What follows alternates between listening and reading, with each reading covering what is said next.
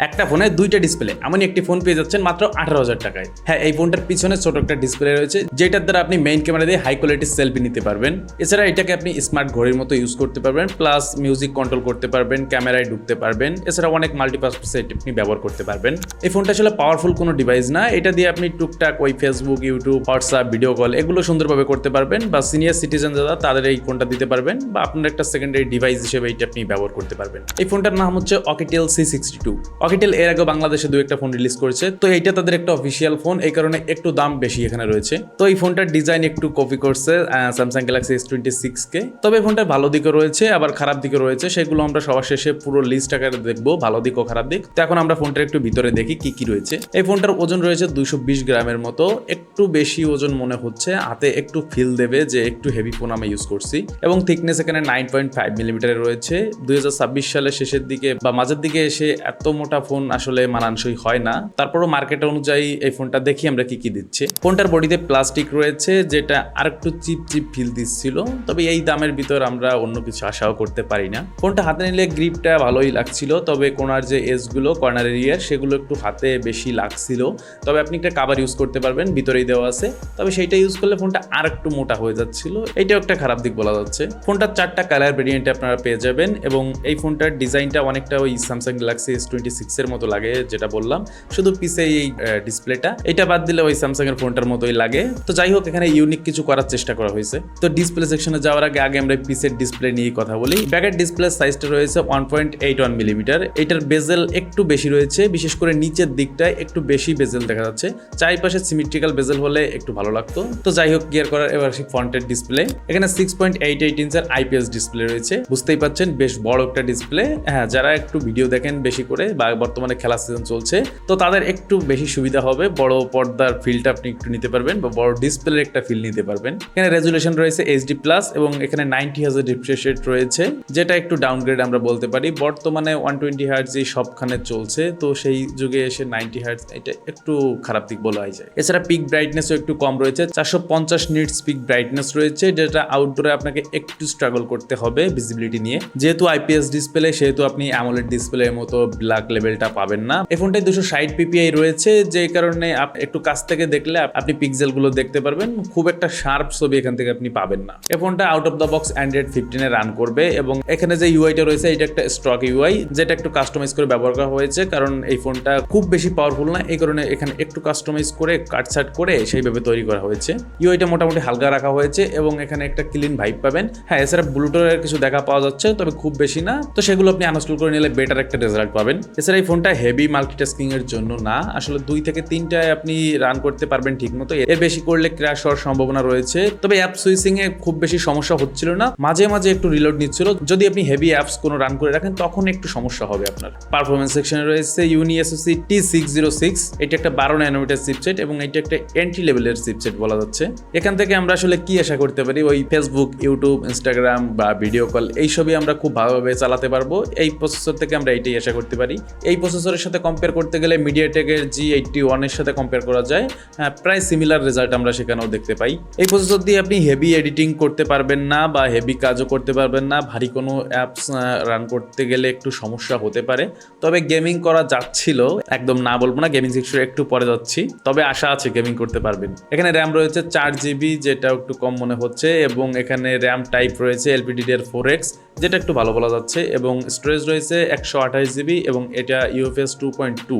এই বাজেটে আমরা UFS 2.2 পাচ্ছি, এটা একটা ভালো বিষয় বলা যায়। যদিও এটা কম, তবে বাজেট অনুযায়ী বা মার্কেট আমাদের বিবেচনা করতে হবে যে এই বাজেটে আসলে অন্য সব ফোন কি দিচ্ছে, তো সেই হিসেবে এটাও ঠিক আছে। তবে র্যামের বিষয়টা 2026 সালে এসে এখানে কোনোভাবেই 6GB র্যাম না দিলে হয় না, 4GB র্যাম একদম বেমানান হয়ে যাচ্ছে। কারণ 2 থেকে 4 মাস ইউজ করার পরে ফোনটা একটু প্রেশার হবে, বা ফোনে লোড হবে, বা বর্তমানে যে সব সফটওয়্যার রয়েছে সেগুলো অনেক বড় সাইজের হয়ে যাচ্ছে, যেগুলো আমাদের সরাসরি স্টোরেজের উপর একটা ইফেক্ট ফেলে। তো তখন আমাদের ফোনটাতে প্রসেসিং করতে একটু সমস্যা হয়। স্টোরেজটাও ফোন কোম্পানি যদি একটু বাড়িয়ে দেয় তাহলে আর একটু ভালো হয়, তবে তারপর বাজেটটাও দেখতে হবে। তো সব মিলিয়ে একটু আপনি ক্লিন রাখার চেষ্টা করবেন, যতটুকু ক্লিন রাখতে পারবেন ততটুকু ভালো আপনি রেজাল্ট পাবেন। তো এবার আসি একটু গেমিং সেকশনে। এখানে আপনি টুকটাক ক্যাজুয়াল গেমিং করতে পারবেন, হয়তো হাই FPS এ গেমিং এর আশা তো বাদই দেন, একটু মিড সেটিং এ খেলতে পারবেন, সমস্যা হবে না। তবে এখান থেকে হায়ার FPS এ পাওয়ার আশা করবেন না। আর FPS আপ ডাউন করছিল, কারণ এটা পাওয়ারফুল প্রসেসর না। এটার একটা ভালো দিকও রয়েছে, ফোনটা আপনার হিট বেশি হচ্ছে না, যেহেতু প্রসেসরটা এন্ট্রি লেভেলের প্রসেসর, তো সেই ক্ষেত্রে পাওয়ার কনজিউম কম হচ্ছে, এই কারণে হিটটাও কম হচ্ছে। এবার চলে আসি ক্যামেরা সেকশনে। মেইন ক্যামেরা এখানে 30 মেগাপিক্সেলের রয়েছে, যেটা একটু কম মনে হচ্ছে, এবং 5 মেগাপিক্সেলের একটি সেলফি ক্যামেরা রয়েছে, যেটা আরো কম মনে হচ্ছে। আসলে সেলফি ক্যামেরার ক্ষেত্রে এখানে করা হয়েছে যে ব্যাক ক্যামেরা দিয়ে বা মেইন ক্যামেরা দিয়ে এখানে সবাই সেলফি করার জন্য পিছে একটা ডিসপ্লে দিয়ে দিয়েছে, যেটা আপনি ক্যামেরার প্রিভিউ দেখতে পারবেন। তবে এক্ষেত্রে মেইন ক্যামেরায় আর একটু বেশি দিলে ভালো হতো, যেহেতু আমরা সেলফির কাজটা ওইখান থেকে সারছি। আর সেলফি ক্যামেরায় যে একদম কম দেওয়া হয়েছে 5 মেগাপিক্সেল, কারণ এই ফোনটাতে যখন ভিডিও কলে কথা হবে তখন তো আর ব্যাক ক্যামেরা ইউজ করতে পারবো না, তখন তো ফ্রন্টের ক্যামেরা ইউজ করতে হবে, তো সেই ক্ষেত্রে একটু খারাপ হয়ে যাচ্ছে বিষয়টা। ডে লাইটে প্রপার লাইট থাকলে ঠিকঠাকই রেজাল্ট দিচ্ছিল। শার্পনেসের ঘাটতি এখানে তেমন দেখা যায়নি, ইউজ করার মতো ছবি এখানে পাবেন। তবে ডাইনামিক টেন্সে গেলে একটু সমস্যা করে, হ্যাঁ এটা স্বাভাবিক, এই প্রসেসর বা এই ক্যামেরা এটা ঠিকঠাক করতে পারবে না। তবে যাও একটা ইউজেবল ফুটেজ পাওয়া যাচ্ছিল। কালারটা একটু ফ্ল্যাট লাগছে এবং নাইট মোডে একটু দুর্বল। এখানে আপনি ভিডিও করতে পারবেন 1080p 30 fps এ, এর বেশি আশা করেন না। সেলফি ক্যামেরাটা সাধারণত আমরা বলতে পারি যে শুধু ভিডিও কলের জন্যই ঠিকঠাক রয়েছে, সেলফি করার জন্য খুব একটা ভালো রেজাল্ট এখানে দিচ্ছিল না। আর ফেসটা একটু সফট করে দিচ্ছিল মেইন ক্যামেরায়, বা মেইন ক্যামেরাও দিচ্ছিল আর ফ্রন্ট ক্যামেরাও দিচ্ছিল, তো এই বিষয়টাও আপনার একটু মাথায় রাখতে হবে। তো এবার চলে আসি ব্যাটারি সেকশনে। ব্যাটারি সেকশনে এখানে 5150 mAh এর একটি ব্যাটারি রয়েছে, যেটার ব্যাকআপ ভালোই, প্রায় আপনি একদিন প্লাস নিয়ে যেতে পারবেন। যদি আর এই ফোনটাতে তো নর্মাল ইউজই হবে, হেভি ইউজ করতে পারবেন না, তো একদিন প্লাস আপনি ভালোই নিতে পারবেন। তবে একটা সমস্যা আছে, এখানে 10 ওয়াটের একটি ফাস্ট চার্জার রয়েছে, যেটা খুব কম বলা যায়। আর এই 10 ওয়াটের চার্জার দিয়ে আপনার হিউজ একটা সময় লাগবে এই ফোনটাকে চার্জ করতে। অন্তত এখানে 80 ওয়াটের একটি চার্জার দেওয়া উচিত ছিল। সাইড মাউন্টেড ফিঙ্গারপ্রিন্ট রয়েছে এবং এর পজিশন ঠিকঠাক রয়েছে। স্পিড মোটামুটি বলা যায়, একদম সেই আল্ট্রা লেভেলের না। স্পিকার রয়েছে এবং এটার বেস খুব বেশি এমন না। হাইব্রিড সিম স্লট রয়েছে, এখানে আপনি 1 টেরাবাইট পর্যন্ত ইউজ করতে পারবেন। চার্জিং পোর্ট হিসেবে টাইপ সি রয়েছে। নেটওয়ার্ক এক্সপিরিয়েন্স বলা যায় খারাপ না, তো নিত্যদিনে যেসব কাজে নেট ইউজ হবে সেই সব কাজের জন্য ঠিকঠাক এটা বলা যাচ্ছে। তো এবার ফোনটার কিছু ভালো দিক ও খারাপ দিক নিয়ে একটু আলোচনা করা যাক।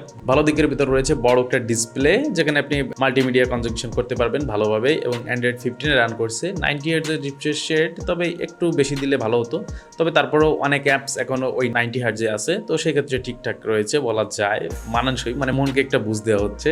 এছাড়া এখানে ব্যাটারি ব্যাকআপটাও একটু ভালো বলা যাচ্ছে, 5150 mAh এর ব্যাটারি, এবং ফিঙ্গারপ্রিন্ট আছে সাইড মাউন্টেড, এবং একটা ইউনিক ডিজাইন, যেহেতু পিছে একটা ডিসপ্লে আছে, এইটা সাধারণত এমআই করে থাকে Mi 11 Ultra বা এর পরের সিরিজগুলোতে এই ফিচারটা আমরা দেখতে পাই, তো বলা যায় এটা একটা ভালো দিক। তো খারাপ দিকের লিস্টটাও অনেক বড়। তো খারাপ দিকের ভিতর প্রথমেই রয়েছে আইপিএস ডিসপ্লে।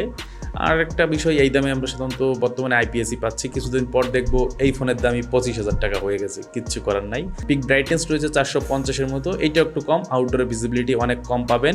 আর প্রসেসরটাও খারাপ, এখানে T606, তো এইটা খুব একটা পাওয়ারফুল প্রসেসর না। 10 ওয়াটের একটি চার্জার রয়েছে, এইখানে দুর্বল। আর একটা বিষয়, ডিসপ্লের একটা বিষয় বলতে ভুলে গেছি, যে ডিসপ্লে ফ্রন্টের ডিসপ্লের যে বেজেল, ওইটাও খুব বেশি, আর ওইটা একটু কার্ভ, কিন্তু আমাদের ফোনটা রাউন্ডেড, তো এইখানে একটা বেকআপার মতো একটা বিষয় লাগছিল। আর নিচের বেজেলটাও অনেকটা বেশি, তো এই বিষয়টা একটু বলতে ভুলে গেছি, তো এটাও আপনার একটু খারাপ লাগতে পারে।